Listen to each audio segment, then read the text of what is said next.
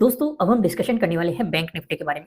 यहाँ पे कुछ चीजें समझने लायक है। देखो हम लॉजिक भी एक्सप्लेन करेंगे, प्रॉपर तरीके से सारी चीजें समझेंगे, लेकिन उससे भी जो जरूरी चीज हमें समझनी है वो ये समझनी है कि यहाँ पे तीन तीन कैंडल के हाई लग चुके हैं जहां के आसपास आज आपको क्लोजिंग मिली है। आज से आपको समझना है जो पिछला ट्रेडिंग डे था, ठीक है। कल से आपको समझना है नेक्स्ट ट्रेडिंग डे पे। यहाँ पे आप देखेंगे इस वाली कैंडल ने भी यहीं पे हाई लगाया था, इस वाली कैंडल ने भी यहीं पे हाई लगाया था, और जो लास्ट वाली कैंडल है इसने भी यहीं पे हाई लगाया था। तो हम इस जोन को थोड़ा सा ध्यान से समझेंगे। क्यों समझना ध्यान से जरूरी है? क्योंकि मैंने आपके साथ एक डिस्कशन किया था कि मार्केट में ये जो मोमेंटम चल रहा है वन साइडेड नहीं हो सकता। या तो मार्केट वहां से कुछ रिट्रेसमेंट लेके प्राइस एक्शन बनाएगा या फिर वहां से साइडवेज हो जाएगा। तो हमें कौन सी पॉसिबिलिटी लग रही है? फिलहाल ये पॉसिबिलिटी लग रही है। अगर यहीं पे पहले हाई लगा हुआ है भाई, इसका ब्रेकआउट मिलेगा या फिर रिजेक्शन लेगा, यहीं पे ही साइडवेज होगा। उन चीजों का हम थोड़ा सा डिस्कशन करेंगे। क्योंकि नीचे देखो, अगर ऊपर ये एक रेजिस्टेंस है, नीचे एक सपोर्ट भी है 47,000 का, तो इन दोनों लेवल्स पे हम थोड़ा सा ज्यादा ध्यान से फोकस करेंगे, इसे थोड़ा सा डिटेल में समझेंगे। लेकिन उससे पहले लॉजिक का डिस्कशन कर लेते हैं। उससे पहले आप वीडियो को लाइक कर लीजिए, नए हो सब्सक्राइब कर लीजिए और बेल आइकन भी प्रेस कीजिएगा। आइए सिचुएशन समझते हैं। अगर आप 7th पे फोकस करेंगे, ये आपके लिए क्या था? प्रीवियस डे लो था। ये आपके लिए क्या था? ये आपके लिए था प्रीवियस डे हाई। वहीं पे अगर क्लोजिंग की बात करें, ये आपके लिए क्या थी? प्रीवियस डे क्लोजिंग, ठीक है। जो मार्केट ने मोमेंटम दिखाया, आपको ये सिचुएशन डिस्कशन किया गया था कि जब तक मार्केट इस जोन को नहीं निकालता, यानी कि अपने प्रीवियस डे हाई को नहीं निकालता, तब तक आपको पॉजिटिव साइड नहीं सोचना चाहिए इतना एग्रेसिवली। पहला डिस्कशन किया गया था। दूसरा डिस्कशन, अगर मार्केट ने इसे निकाल भी दिया, ऊपर जस्ट एक रेजिस्टेंस भी है 47,000 का। इसकी मैंने आपको एक स्ट्रेटेजी बताई थी, एक तरीका बताया था। तरीका क्या बताया था? अगर आपको सेटअप बन रहा है, अगर रेजिस्टेंस काफी नजदीक है तो अवॉइड कर दो। ध्यान से समझना मैंने क्या समझाया। अगर आपको थोड़ा दूर नजर आ रहा है, ना तो नजदीक है ना पास है, लेकिन फिर भी एक रेजिस्टेंस की तरह एक्ट कर सकता है, और पहले भी हमने करता हुआ अगर देखा है, अगर आप यहाँ पे ऑब्जर्व करेंगे, पहले हम देख चुके, अगर आप इसे आगे करेंगे, इसने रेजिस्टेंस की तरह एक्ट किया है। तो उस पॉसिबिलिटी में क्या होता है कि आप हाफ क्वांटिटी में काम करो, यानी कि कहने का पर्पज है कम क्वांटिटी में काम करो, और टारगेट ज्यादा बड़ा नहीं रखना।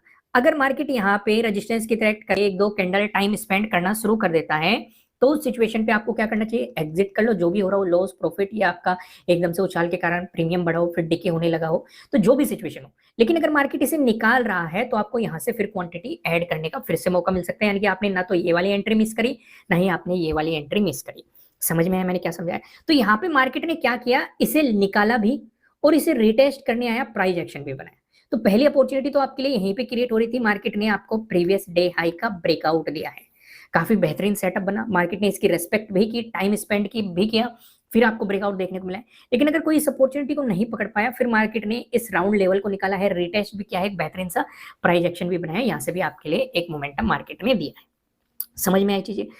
तो अगर देखो दोस्तों, लॉजिक पसंद आ रहे हैं तो वीडियो को लाइक जरूर करना। अब हम डिस्कशन करते हैं नेक्स्ट चीजों के लिए हमें किस तरीके से तैयार रहना है। जैसे कि मैंने आपको वन डे के टाइम फ्रेम पे क्या दिखाया था कि 5th का हाई इसी के आसपास है, 6th का हाई इसी के आसपास है, और जो आज 8th का हाई लगा है वो भी इसी के आसपास है। क्लोजिंग भी हमें यहीं पे देखने को मिल रही है। अब हमें ये तो पता है कि मार्केट एक रेजिस्टेंस फेज पे खड़ा हुआ है। अब पूरी चीज हमारी यहीं से डिसाइड होने वाली है कि भाई या तो मार्केट यहाँ पे साइडवेज जोन में ही चलेगा। अगर साइडवेज जोन में चला तो आपको अवॉइड करना है, ट्रेड नहीं करनी है। चलो एक एक चीज को हम थोड़ा सा स्टेप बाय स्टेप समझ लेते हैं, जिससे आपको क्लियरिटी आ जाएगी। इसे थोड़ा सा जूम कर लेते हैं, पहले कुछ जरूरी चीजें मार्क कर लेते हैं। ये आपके लिए क्या हो गया? प्रीवियस डे हाई और प्रीवियस डे क्लोजिंग भी इसी जोन में है, यहीं के आसपास। दूसरा, ये एक इंपॉर्टेंट रेजिस्टेंस जोन भी है। तीसरा आपके लिए इंपॉर्टेंट क्या हो गया? ये वाला जोन। ये कौन सा है? राउंड लेवल है 47,000 का। फिर क्या इंपॉर्टेंट है? ये वाला। ये क्या है? प्रीवियस डे लो। इतनी चीजें आपको ऑलरेडी पता है, जो कि चार्ट पे दिखाई दे रही है। अगर मार्केट फ्लैट ओपन होकर आपको पॉजिटिव मोमेंटम दिखा रहा है, अगर मार्केट फ्लैट ओपन होकर पॉजिटिव मोमेंटम दिखा रहा है और अपने प्रीवियस डे हाई को निकाल रहा है, तो इसका मतलब मार्केट इस रेजिस्टेंस जोन को भी निकाल रहा है। उस सिचुएशन पे आपको पॉजिटिव साइड अपॉर्चुनिटीज मिल सकती है। काफी लोग मुझे ये भी कमेंट कर रहे हैं कि ऊपर के रेजिस्टेंस हम किस तरीके से फाइंड आउट करें, क्योंकि नीचे के तो हमें प्राइस एक्शन के अकॉर्डिंग मिल जाते हैं, या और भी आपके तरीके हो सकते हैं, ट्रेंड लाइन हो सकती है, और भी सपोर्ट हो सकते हैं, आपके सप्लाई जोन हो सकते हैं, डिमांड जोन हो सकते हैं। तो मैंने उन्हें सजेशन दिया है, कमेंट के थ्रू भी सजेशन दिया है, मैं आपको सीधे भी बता रहा हूँ, आप पिवट पॉइंट का इस्तेमाल कर सकते हैं। सिंपल सा इंडिकेटर पे जाएंगे, पिवट पॉइंट लगाएंगे, तो आपको आइडिया लग जाएगा कि कहाँ पे रेजिस्टेंस की पॉसिबिलिटीज हो सकती है। समझ में? लेकिन जब भी जिस भी दिन आपको कॉन्फिडेंस ना आए, उस सिचुएशन पे मैं आपको सजेशन दूंगा आप कम क्वांटिटी में काम करें, ठीक है। और ट्रेलिंग स्टॉप लॉस का इस्तेमाल करें, जिससे कि आप पूरे मोमेंटम को कैप्चर कर पाए। तो वहीं पे अगर मार्केट फ्लैट ओपन होकर आपको नेगेटिव मोमेंटम दिखा रहा है, इस सिचुएशन पे क्या करेंगे? इस सिचुएशन पे हमारे मन में 3 बातें पहले से आएगी। पहला, प्रीवियस डे हाई से मार्केट रिजेक्शन लेने की कोशिश कर रहा है। दूसरा, प्रीवियस डे क्लोजिंग से मार्केट रिजेक्शन लेने की कोशिश कर रहा है। तीसरा, इंपोर्टेंट रेजिस्टेंस। ये बात हमारे माइंड में सबसे पहले स्ट्राइक होगी, क्योंकि पहले भी हम यहाँ पे 5th को भी रिजेक्शन देख चुके हैं, 6th को भी रिजेक्शन देख चुके हैं, और अभी भी 8th को मार्केट यहीं पे खड़ा हुआ है। अगर नेगेटिव मार्केट चला तो उस सिचुएशन पे आपके मन में 3 बातें स्ट्राइक होगी, ठीक है, कि भाई यहाँ से भी रेजिस्टेंस की तरह कर रहा है, यहाँ से भी और यहाँ से भी। इस सिचुएशन पे जो आपके लिए सपोर्ट की पॉसिबिलिटी है, पहला 47,000, अगर इसका ब्रेकडाउन मिल गया तो प्रीवियस डे लो आपके लिए इंपॉर्टेंट सपोर्ट के रूप में काम करता हुआ दिखाई दे सकता है। वहीं पे अगर मार्केट आपको गैप अप ओपनिंग देता है, दोस्तों गैप अप ओपनिंग का डिस्कशन करने से पहले मैं आपको बता दूं, आपके लिए किसी भी तरह का ना तो कोई बाय रिकमेंडेशन है, ना ही कोई सेलिंग रिकमेंडेशन है। ये जस्ट एजुकेशनल पर्पज से बनाई गई एनालिसिस वीडियो है। इन्वेस्ट करने से पहले आपको अपनी रिसर्च करनी है, अपने इन्वेस्टर की सलाह लेनी है, क्योंकि प्रॉफिट भी आपका होने वाला है, लॉस की जिम्मेदारी भी आपको अपने आप लेनी है। अगर मार्केट आपको गैप अप ओपनिंग देने की कोशिश कर रहा है, अगर ज्यादा बड़ी गैप अप ओपनिंग मिली तो आपको ट्रेड नहीं करना है, क्योंकि मैं आपको हमेशा कहता हूँ बड़ी ग्रीन कैंडल, बड़ी रेड कैंडल, बड़ी गैप अप ओपनिंग, बड़ी गैप डाउन ओपनिंग, इन चारों चीजों से दूर रहते हैं, एक चलती ट्रेंड होती है। इसके साथ साथ साइडवेज मार्केट से भी आपको दूर रहना चाहिए। ये चीजें मैं आपको ऑलरेडी पहले ही बता चुका हूँ। अगर ज्यादा बड़ी गैप अप ओपनिंग मिली है तो ट्रेड को अवॉइड करना है, लेकिन फिर भी ट्रेडिंग डे लो पे फोकस रखना है। अगर ट्रेडिंग डे लो का ब्रेकडाउन मिलता है तो कहीं ना कहीं मार्केट गैप फिलिंग के लिए आ सकता है, ऐसी पॉसिबिलिटीज हो सकती है। फिर अगर ये इंपॉर्टेंट रेजिस्टेंस है, मार्केट इसे रिटेस्ट करने आ सकता है, पहली चीज। दूसरी चीज, अगर मार्केट ज्यादा बड़ी गैप अप ओपनिंग देता है, उसके बाद मार्केट एक रेंज में टाइम स्पेंड करता है, आपको वो ट्रेडिंग डे हाई भी दे देगा और ट्रेडिंग डे लो भी दे देगा। अगर वो अपने ट्रेडिंग डे हाई और ट्रेडिंग डे लो के बीच में ही घूमने की कोशिश करता है, इसका मतलब मार्केट साइडवेज जाने की कोशिश कर रहा है, तो ट्रेड को मत करना है। तो ट्रेडिंग डे हाई निकलने देना या ट्रेडिंग डे लो निकलने देना। इस रेंज का भी आपको पता होनी चाहिए। अगर ये रेंज ज्यादा बड़ी है तो आपको अपॉर्चुनिटी मिल जाएगी, अगर ज्यादा छोटी है तो आपको अवॉइड करना है, ट्रेड नहीं करना है।